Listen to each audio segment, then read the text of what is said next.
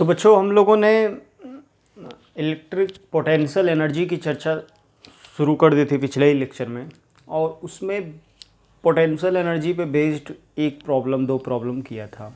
ठीक है, मैं कहूँ कि ये क्वेश्चन किया था कि ये चार्ज अगर फिक्स्ड है, Q ये फिक्स्ड हो, और यहाँ से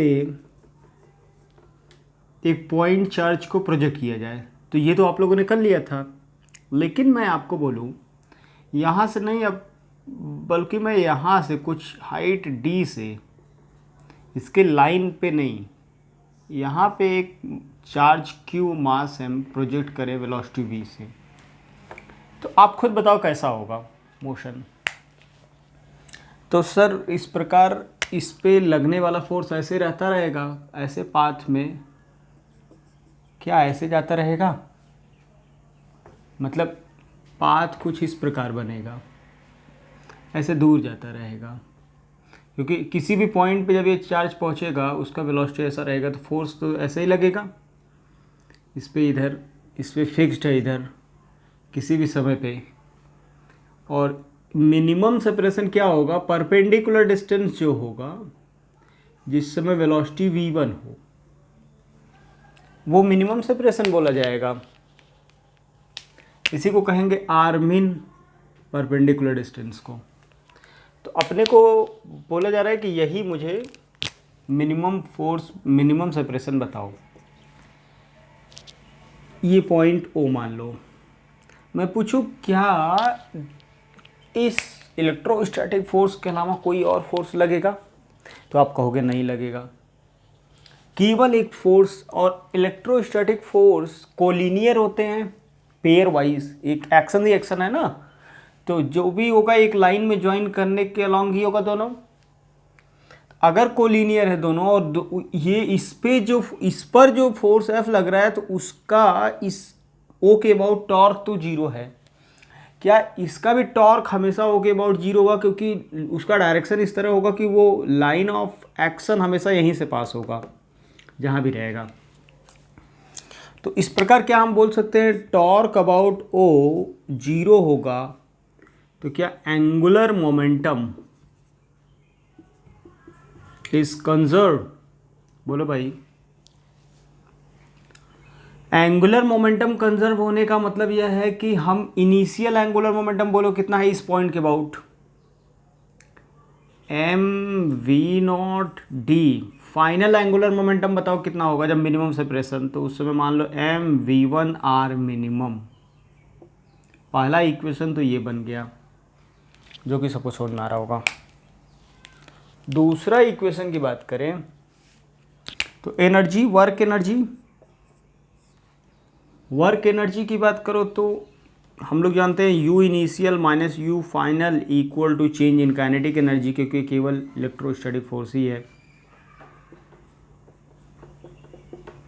बताओ, इनिशियल पोटेंशियल एनर्जी मतलब जब इनफाइनाइट डिस्टेंस पे था, इन्फिनिटी पे था, तो जीरो, माइनस इस समय पोटेंशियल एनर्जी कितना होगा, तो KQ बाई आर मिन।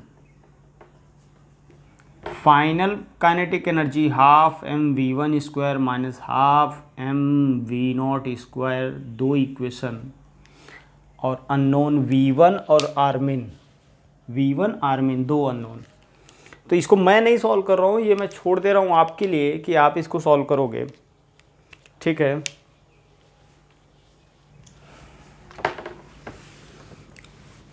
ये रहा कुछ बेसिक क्वेश्चन जो 2.4 सिस्टम का हम बात कर रहे थे। अब मैं बात करने जा रहा हूँ कि potential energy of system of point charge, कई charge particle, more than 2 particles. If there are more than 2 particles, तो हमें क्या करना चाहिए उस केस में? उसका पोटेंशियल एनर्जी लिखने के लिए सिस्टम, पोटेंशियल एनर्जी क्या होता है? पोटेंशियल एनर्जी हम लोग जानते हैं, potential energy is work done by external energy, work done by external agent in assembling the system of charge। System of charge बनाने में जो वर्क रिक्वायर्ड होता है, work done by external agent होता है, उसी को क्या कहते हैं, पोटेंशियल एनर्जी। तो सिस्टम बनता कैसे है, तो बना हुआ सिस्टम, जैसे मान लो 3 चार्ज सिस्टम, 3 चार्ज सिस्टम हो, उसका पोटेंशियल एनर्जी लिखना सीख रहे हैं। देखो एक बार समझाएंगे तो 3 चार्ज सिस्टम पे जो समझ में आएगा वही जनरलाइज कर लेंगे। जैसे मान लो 3 चार्जेज है अपने पास, Q1, Q2, Q3। इनके बीच का सेपरेशन कुछ मान लो ABC है। अब मुझे इस सिस्टम का पोटेंशियल एनर्जी लिखना है। 3 पॉइंट चार्ज रखे हैं, उनके बीच का कुछ ये अरेंजमेंट है। इस अरेंजमेंट का मुझे पोटेंशियल एनर्जी लिखना है। तो अब पहले ये अरेंजमेंट बना कैसे होगा वो सोचो, एक्सटर्नल एजेंट क्या किया होगा। तो इन्फिनिटी से सोचो, इन्फिनिटी से पहले वो Q3 लाया होगा, तो कितना वर्क किया होगा Q3 लाने में, 0, क्योंकि कोई यहाँ पे फोर्स है ही नहीं है, कोई चार्ज है ही नहीं है जिससे इंटरेक्शन करना पड़ेगा। इलेक्ट्रोस्टैटिक फोर्स लाओगे तो कोई एक्सटर्नल यहाँ रखा होगा तभी तो इंटरेक्शन होगा, तो कोई वर्क नहीं, Q3 आ गया। लेकिन जब आप Q2 लेके आओगे तो इस बार वर्क करना पड़ेगा। मतलब वर्क कितना करना पड़ेगा, यहाँ पे ला के रखोगे तो ये प्रेजेंट था ना, ये प्रेजेंट था, तो वर्क डन तो उतना ही वर्क करना पड़ेगा जितना कि ये दोनों के बीच अभी पोटेंशियल एनर्जी है। तो अभी पोटेंशियल एनर्जी कितना है, देखो सेपरेशन A है, तो K Q2 Q3 upon A, ये Q2 लाया। अब इन्फिनिटी से अगर मैं Q1 लेके आऊँ, इन्फिनिटी से अनंत दूरी से, तो Q1 लेके आने में बताओ कितना वर्क करना पड़ेगा। तो Q1 जब आएगा उस समय 2 चार्ज प्रेजेंट था, तो ये Q1 का वर्क जो होगा इसको लाने में, अभी Q1 के पास कितनी एनर्जी है, Q1 का इंटरेक्शन इससे भी है, Q1 का इंटरेक्शन इससे भी है, तो इसके साथ कितनी पोटेंशियल एनर्जी बनाएगा, तो ये देखो B है, K Q1 Q3 by B plus K Q1 Q2 by C। Total energy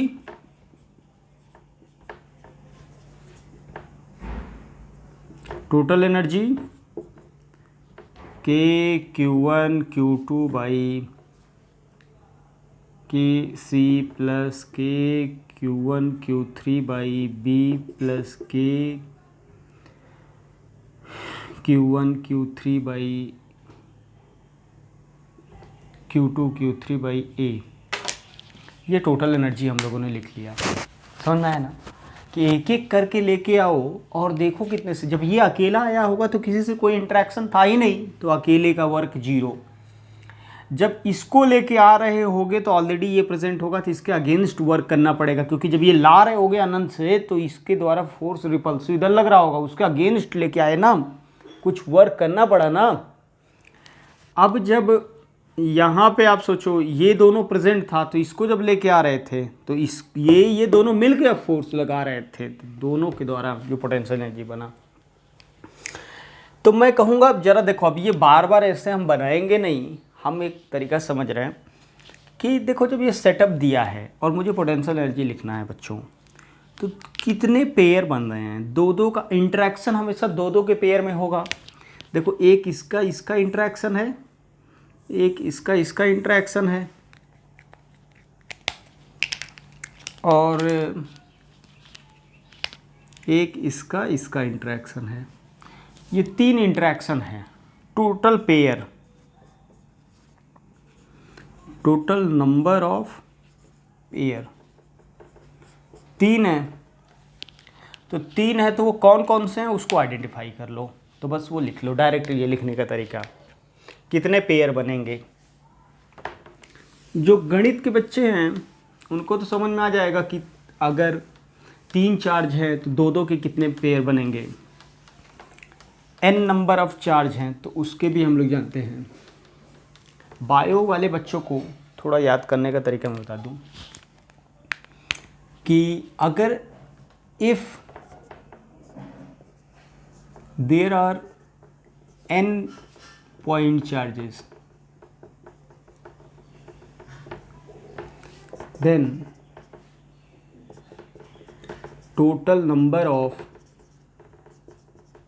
pair वो होगा n(n-1/2। याद रखना ये फॉर्मूला। अब ये कहाँ से आया, ये सब जरूरी नहीं है कि मैथ्स का है, परमुटेशन कॉम्बिनेशन का, आपको याद रखना, ठीक है ना।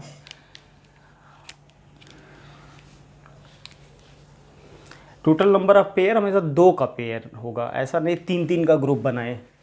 परमुटेशन कॉम्बिनेशन में तो 3-3 का भी बन सकता है, लेकिन हम 2 का, टेकन 2 एट अ टाइम, ठीक है ना, ये याद रखना। अब देखो 3 था तो 3 × 2/2 3 पेयर बन गए। तो ये फॉर्मूला अगर याद रखेंगे तो बहुत आसानी से हम पोटेंशियल एनर्जी लिख सकते हैं अब बिना कष्ट के। जैसे अब कैसा भी हमें तो सर हम पोटेंशियल एनर्जी लिखेंगे। एग्जाम्पल आपको पूछा जाए, find potential energy of system, या फिर इसी प्रॉब्लम को कभी कभी आपको बोलने का तरीका बदल सकता है। Find work required in assembling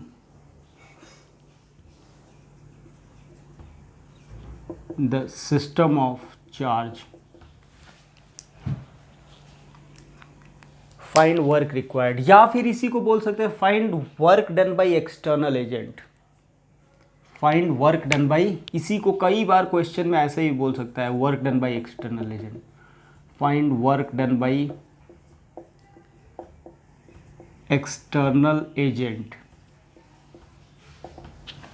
यहाँ तक मतलब एक ही क्वेश्चन को 2 तरीके से। वर्क रिक्वायर्ड मतलब होता है क्या, वर्क रिक्वायर्ड तो रिक्वायर्ड कौन करेगा, वर्क एक्सटर्नल ही करेगा, ठीक है ना। तो अब मैं आपको बताऊं, ये तीनों प्रकार का क्वेश्चन मतलब एक ही, हम एक कोई लिख दे रहे हैं, जैसे कि हम करते हैं अब एक एक करके। जैसे मान लो पहला पार्ट आपको दिया गया है कि आप मुझे बताओ इस सिस्टम का एनर्जी कितना होगा। ये Q, ये भी Q, ये भी Q, ये भी Q,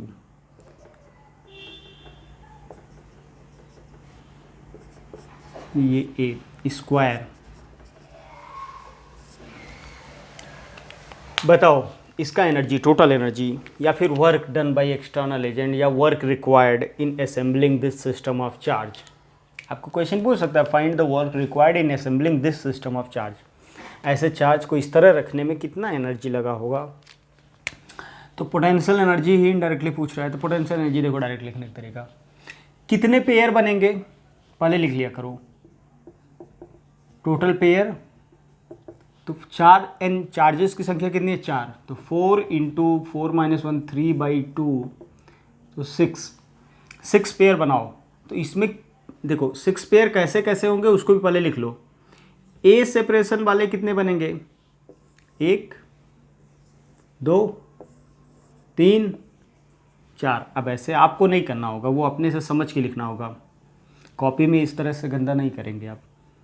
4 पेयर, 6 में 4 पेयर जो हैं उनका इस टाइप का है।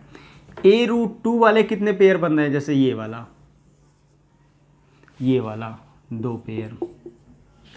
तो देखो अब छवों का लिखना होगा तो कोई एक का लिखो, KQ²/A, ऐसे कितने होंगे 4 बार लिखोगे, प्लस KQ²/A√2, ऐसे कितने 2, बस हो गया, पोटेंशियल एनर्जी लिख लिया। जैसे मान लो आपको लिखना हो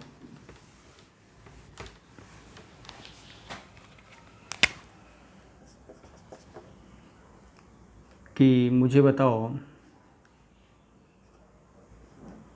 Q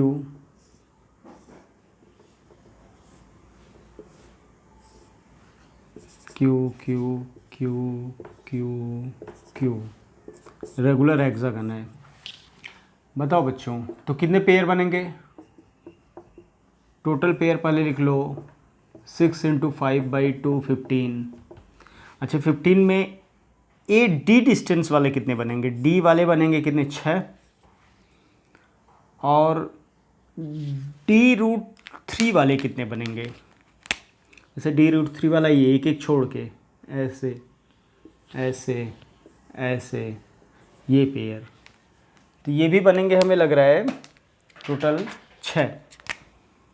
D√3 वाले भी कितने बनेंगे? 6। और 2D वाले ये 6 6 12, टोटल 15 ही होना है, 3।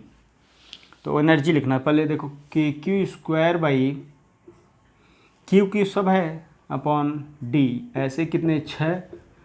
KQ² D√3 ऐसे कितने? 6। KQ² 2D ऐसे कितने?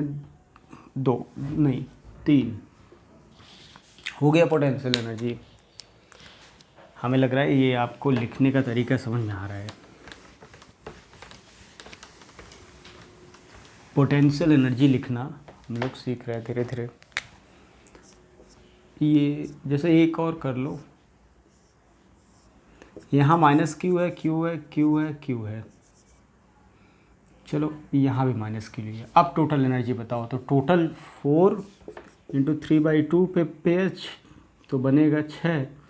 6 में थोड़ा ध्यान देने लायक है इस बार। ए वाले कितने बनेंगे? 4। तो ये देखो नेगेटिव होगा पेयर, इसकी एनर्जी नेगेटिव, इसकी भी एनर्जी नेगेटिव, इसकी भी एनर्जी नेगेटिव, इसकी भी एनर्जी नेगेटिव, सब नेगेटिव होंगे। देखो ये pair positive negative, KQ1 Q2, एक नेगेटिव है एक पॉजिटिव है, KQ1 Q2, KQ1 Q2, KQ1 Q2, तो यानी -4 टाइम्स KQ² A, सेपरेशन ए मान ले तो। अच्छा D√2 वाले में ये भी पॉजिटिव ये भी पॉजिटिव, प्लस KQ² D√2 × 2, बस हो गया।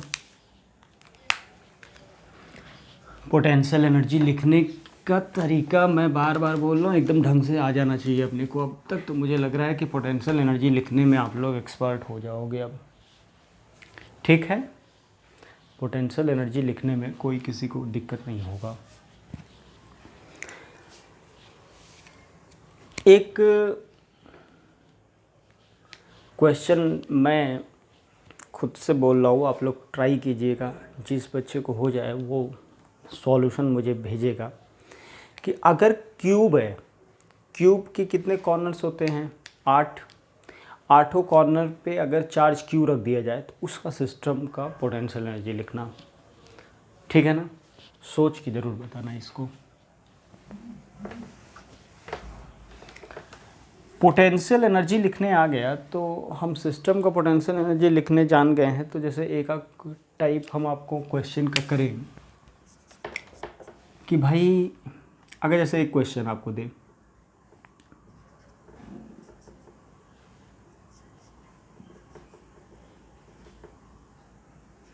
चार्ज क्यू मास m, चार्ज क्यू मास m, चार्ज क्यू मास m, ये सेपरेशन सब d है, इक्विडिस्टेंट।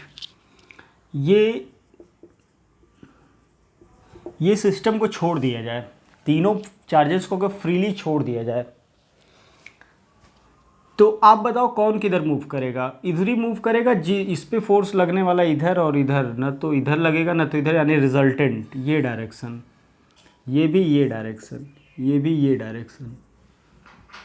तो फाइनली ये इधर जाएगा, ये इधर जाएगा, ये इधर, आइडेंटिकल है तो सबका किसी भी टाइम पे वेलोसिटी सेम होगा। तो पूछा जा रहा है find velocity of each particle when separation becomes 2a। तो 2a होने का मतलब मान लो यहाँ पे जब पहुँचा v वेलोसिटी,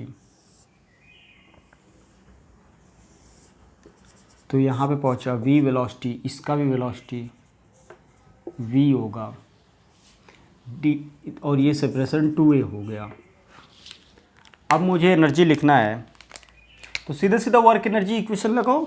वर्क कितना है? u initial minus u final equal to change in kinetic energy. तो 3 times half m v square लिख सकते हैं, क्योंकि सबका पोटेंशियल काइनेटिक एनर्जी बराबर होगा। इनिशियल 0 था, इनिशियल पोटेंशियल एनर्जी बस लिखना है। तो ए डिस्टेंस का, तीनों आइडेंटिकल है, ए के पेयर बनेंगे। 3 टाइम्स के Q square by A. Final कितना होगा, तो वो भी ऐसे ही इक्विलेटरल ट्रायंगल पे ही रहेगा। 3 टाइम्स के क्यू स्क्वायर बाई 2a इस बार हो गया। ये सारी वैल्यू रख दो, बस हो गया। आसान सा क्वेश्चन होता है। क्वेश्चन समझ में आना चाहिए। जब 3 पॉइंट चार्जेस को मैं इक्विलेटरल ट्रायंगल पे रखा और छोड़ दिया, तो आप बताओ तीनों कैसे चलेंगे। तो ये वाला ऊपर जाएगा, ये वाला इधर चलेगा, ये वाला इधर चलेगा। तो फाइनली किसी भी समय पे ऐसा होगा जिस समय सेपरेशन 2a हो जाएगा, कभी कभी 3a हो जाएगा, ऐसे बढ़ता जाएगा। लेकिन उस इंस्टेंट की मैं बात कर, वेलोसिटी पूछ रहा हूँ जब सेपरेशन 2a था। तो जब सेपरेशन 2a था तो इस तरह का होगा कुछ, ये आपको याद रखना है, ठीक है।